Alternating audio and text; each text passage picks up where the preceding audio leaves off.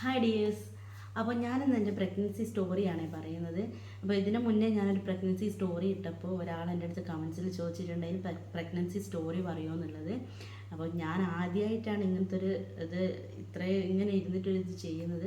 അപ്പോൾ അതിൻ്റേതായ അറിവോ കാര്യങ്ങളോ ഒന്നും ഉണ്ടാവില്ല. എന്തെങ്കിലും തെറ്റുകളോ കാര്യങ്ങളോ ഉണ്ടെങ്കിൽ എന്നോട് ക്ഷമിക്കണം. ഏകദേശം ഞങ്ങളെ കല്യാണം കഴിഞ്ഞൊരു 10 വർഷം കഴിഞ്ഞപ്പോഴാട്ടോ ഞങ്ങളെ മോനെ കിട്ടിയത്. അതിനു മുന്നേ 3 തവണ ഞാൻ പ്രഗ്നൻസി പോസിറ്റീവ് ആയിട്ടുണ്ടായിരുന്നു. പക്ഷേ 3ഉം അബോർഷനാവാണ് ചെയ്തത്. പോസിറ്റീവ് ആയത് തന്നെ ഞങ്ങൾ ഭയങ്കര പ്രതീക്ഷയിലാണ് ഞങ്ങൾ ഓരോ പ്രഗ്നൻസിയും പോസിറ്റീവ് ആയപ്പോൾ ഡോക്ടറെ അടുത്ത് പോകുന്നത്. പക്ഷേ ഫസ്റ്റത്തെ സ്കാനിങ്ങിൽ അത് 6 ആഴ്ചത്തെ സ്കാനിങ് ആകുമ്പോഴേക്കും ഹാർട്ട് ബീറ്റിൻ്റെ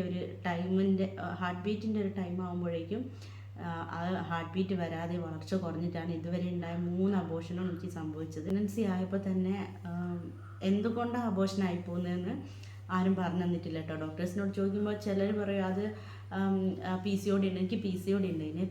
PCOD ഉണ്ടായി അബോർഷനായി പോകുന്നതെന്ന് പറഞ്ഞ് തള്ളിക്കളയാണ് ചെയ്യാറ്. പക്ഷേ നഹാസ് ഹോസ്പിറ്റലിൽ എത്തിയപ്പോഴാണ് ഞങ്ങൾക്ക് അതിൻ്റെ ചെറിയൊരു പ്രോബ്ലം ഉണ്ടായിരുന്നു. അപ്പോൾ അത് കണ്ടുപിടിച്ചത് അവിടെ നിന്നാണ്. അപ്പം പോസിറ്റീവ് ആയതിനു ശേഷം ഞങ്ങൾ ഡോക്ടറെ അടുത്ത് പോയപ്പോൾ ഡോക്ടർ കുറേ മെഡിസിനും അതായത് അബോർഷനായി പോകാണ്ടിരിക്കാനുള്ള മെഡിസിൻസും കാര്യങ്ങളും ഒക്കെ തന്നു. പിന്നെ 6-ാമത്തെ ആഴ്ച സ്കാനിങ്ങിന് ചെല്ലാൻ പറഞ്ഞു. അപ്പോൾ അവിടെ എത്തി ഡോക്ടർ എന്നെ വിളിച്ച് സ്കാനിങ് റൂമിലേക്ക് ചെല്ലാൻ പറഞ്ഞു. ഞാൻ പോകുമ്പോഴും ഞാൻ പ്രൊഫൈല എന്നെയാണ് നോക്കിക്കൊണ്ടുവന്നത്. അപ്പോൾ ഡോക്ടർ സ്കാൻ ചെയ്യുമ്പോൾ ഒരു ഹാർട്ട് ബീറ്റിൻ്റെ സൗണ്ട് എനിക്കിങ്ങനെ കേൾക്കുന്നത്. അപ്പോൾ ഞാൻ വിചാരിക്കുന്നത് എന്താ വെച്ചാൽ ഈ ടെൻഷൻ കൊണ്ട് എൻ്റെ ഹാർട്ട് ബീറ്റ് എന്നെ കേൾക്കാമെന്ന് വിചാരിച്ചു. അപ്പം ഞാൻ ഡോക്ടർ മുഖത്തേക്ക് നോക്കിയാലോ ഡോക്ടർ ഇങ്ങോട്ട് പറഞ്ഞു പേടിക്കേണ്ട, ഹാർട്ട് ബീറ്റ് വന്നിട്ടുണ്ട് എന്ന് പറഞ്ഞു കേട്ടോ. അപ്പം സ്കാനിങ് റൂമിൽ നിന്ന് പുറത്തിറങ്ങിയപ്പോൾ പ്രൊഫൈലായിട്ട് എന്നെ തന്നെ നോക്കിക്കൊണ്ടിരിക്കുകയാണ്. അപ്പോൾ എന്തായി എന്നുള്ള രീതിയിലാണ് നോക്കുന്നത്. അപ്പം ഞാൻ പ്രൊഫൈലായിട്ടിനോട് പറഞ്ഞു പേടിക്കേണ്ട, ഹാർട്ട് ബീറ്റ് വന്നിട്ടുണ്ട് എന്ന് പറഞ്ഞ്. അപ്പം എന്താണെന്നറിയില്ല, പ്രൊഫൈലായിട്ടിൻ്റെ മുഖത്ത് സന്തോഷമാണോ സങ്കടമാണോ എന്താണെന്നറിയില്ല, ഒരുമിച്ച് വന്നതെല്ലാം ഞാൻ കണ്ടു കേട്ടോ അവിടുന്ന്. അങ്ങനെ കുഴപ്പമില്ല. പിന്നെ ഹാർട്ട് ബീറ്റൊക്കെ കിട്ടി. ഡോക്ടർ പറഞ്ഞു കുഴപ്പമൊന്നുമില്ല, റെസ്റ്റ് എടുത്തോ, പിന്നെ നല്ലോണം റെസ്റ്റ് എടുക്കണം, പിന്നെ 3 മാസത്തെ സ്കാനിങ്ങിന് പിന്നെ ചെല്ലാനാണ് പറഞ്ഞത്. അതിൻ്റെ ഇടയ്ക്ക് എന്തെങ്കിലും കുഴപ്പമോ കാര്യങ്ങളോ ഉണ്ടെങ്കിൽ ചെല്ലാൻ പറഞ്ഞു. അങ്ങനെ 3 മാസത്തെ സ്കാനിങ് ആണ് പിന്നെ ഫസ്റ്റ് പറഞ്ഞത്. അപ്പോൾ അതിലൊരു ടെൻഷൻ ഉണ്ടായിരുന്നു. സ്കാൻ ഇതേപോലെ ഫസ്റ്റത്തെ 3 മാസത്തെ സ്കാനിങ് ആണല്ലോ ഇമ്പോർട്ടൻറ്റ് സ്കാനിങ്. അപ്പോൾ ആ സ്കാനിങ്ങിന് ഡോക്ടറെ വിളിച്ചു. ഇതേപോലെ ഞങ്ങൾ അവിടെ എത്തി. പരപ്പനങ്ങാടി ഹോസ്പിറ്റലിൽ തന്നെയാണ് ഞങ്ങൾ ഫസ്റ്റ് സ്കാനിങ് ചെയ്തത്. അപ്പോൾ സ്കാനിങ് ചെയ്തപ്പോൾ ഡോക്ടർ വിളിച്ച് എല്ലാം കുഴപ്പമൊന്നുമില്ല, എല്ലാം ഓക്കെ ആണെന്ന് പറഞ്ഞ്. അപ്പോൾ അവിടെ നിന്ന് തന്നെ ഒരു ഡബിൾ മാർക്കർ ടെസ്റ്റ് ഉണ്ട്. അത് 3 മാസത്തിലെ ടെസ്റ്റ് ഇതിൻ്റെ സ്കാനിങ്ങിൻ്റെ കൂടെ NT സ്കാനിങ്ങിൻ്റെ കൂടെ ചെയ്യുന്നതാണ്. അപ്പോൾ ഞങ്ങളോട് ചോദിച്ചിട്ട് ബ്ലഡ് ടെസ്റ്റ് ചെയ്യുന്നില്ലെന്ന് ചോദിച്ചപ്പോൾ ഞങ്ങൾ ചെയ്യാമെന്ന് പറഞ്ഞു. കാരണം അത് ചെയ്യേണ്ടത് എന്തായാലും നിർബന്ധമാണെന്ന് ഡോക്ടർ പറഞ്ഞിട്ടുണ്ടായിരുന്നു. അപ്പം ആ റിസൾട്ടിന് ഞങ്ങൾ ബ്ലഡ് അന്ന് കൊടുത്ത് പിന്നെ ഒരാഴ്ച കഴിഞ്ഞിട്ടാണ് ഞങ്ങൾക്ക് ബ്ലഡ് റിസൾട്ട് കിട്ടിയത്. അപ്പോൾ ഒന്നുമില്ല, രക്ഷപ്പെട്ടു എന്നുള്ള രീതിയിലാണ് പറഞ്ഞത്. അപ്പം അതും ഞങ്ങൾക്ക് എന്താ പറയുക, എത്രയോ വലിയൊരു സന്തോഷമുള്ള കാര്യമായിരുന്നു അതും.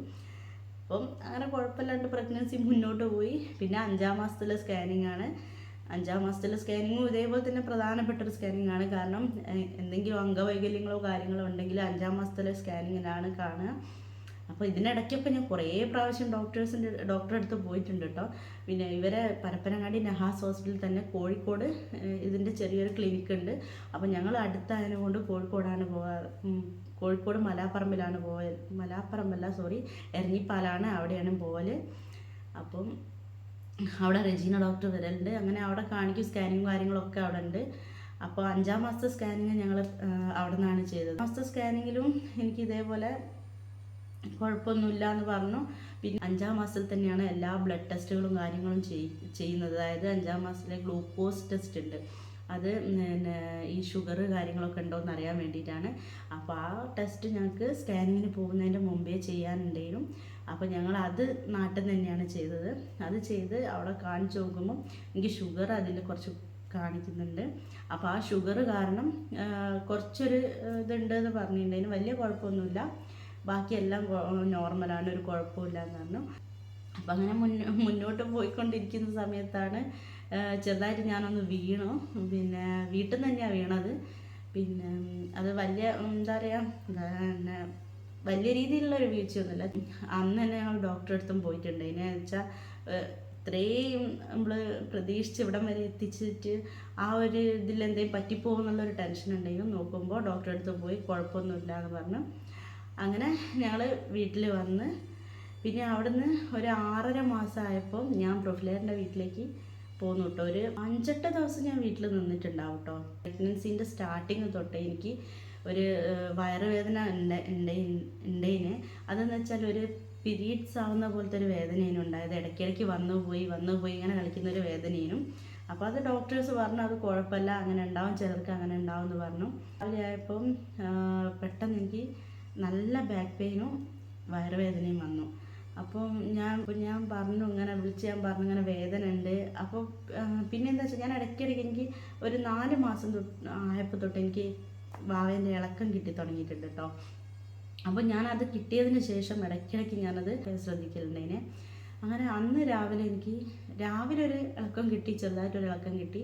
പക്ഷേ ഉച്ചയായപ്പോൾ തൊട്ട് എനിക്ക് ഒരു ഇളക്കവും കിട്ടുന്നില്ല. കുഞ്ഞിൻ്റെ ഒരു ഇളക്കം എന്ന് വെച്ചാൽ ഒന്നുമില്ല. സാധാരണ ഞാൻ എന്തെങ്കിലും ഫുഡ് കഴിച്ചാലോ അല്ലെങ്കിൽ വെള്ളം കുടിച്ചാലോ എന്തെങ്കിലും ഒന്ന് അല്ലെങ്കിൽ ഇളക്കം കിട്ടാറുണ്ടതിനെ. പക്ഷെ അന്ന് എനിക്ക് എന്ത് ചെയ്തിട്ട് ഇളക്കം കിട്ടുന്നില്ല. അപ്പോൾ ഞങ്ങൾ വേഗം ഹോസ്പിറ്റലിൽ പോകാമെന്ന് പറഞ്ഞാൽ അങ്ങനെ ഞങ്ങൾ ബുക്ക് ചെയ്ത് എരഞ്ഞിപ്പാലത്തേക്കാണ് പോയത്. അപ്പോൾ അവിടെ പോയി നോക്കുമ്പോൾ ഡോക്ടറെ ഉള്ളിലോട്ട് വിളിച്ച് സ്കാൻ ചെയ്ത് നോക്കി. വയറ് ഭയങ്കര ടൈറ്റായ പോലെ തോന്നിട്ടോ. അപ്പോൾ റെജീന ഡോക്ടർ വയറിങ്ങനെ കുറേ നേരം നോക്കി. ഡോക്ടർ പറഞ്ഞു ഭയങ്കര ടൈറ്റ് ഉണ്ടല്ലോ, എന്താണെന്ന് നോക്കാം. അങ്ങനെ നോക്കിയപ്പോൾ എനിക്ക് സെർവിക്സിൻ്റെ ലെങ്ത്ത് കുറഞ്ഞ് അത് ഓപ്പൺ ആവുന്ന ഒരു രീതിയിലേക്ക് എത്തിയിട്ടുണ്ട്. 4 mm ഉള്ളത് 3 ആയി, അങ്ങനെ കുറഞ്ഞിട്ടുണ്ട്. പിന്നെ ഞാൻ ഡോക്ടറോട് ചോദിച്ചപ്പോൾ എന്താ ചെയ്യാന്ന് വെച്ചാൽ ഡോക്ടർ പറഞ്ഞ് ഹോസ്പിറ്റലിൽ അഡ്മിറ്റ് ആണോ, ഒരു 1 മന്തെങ്കിലും അവിടെ നിൽക്കണം, ഇതിപ്പോൾ ഓപ്പൺ ആയാൽ ഞങ്ങൾക്ക് ഒന്നും ചെയ്യാൻ പറ്റില്ല, പിന്നെ ഡെലിവറി നടക്കും, അതുകൊണ്ട് എന്തായാലും ഹോസ്പിറ്റലിൽ അഡ്മിറ്റ് ആവണം.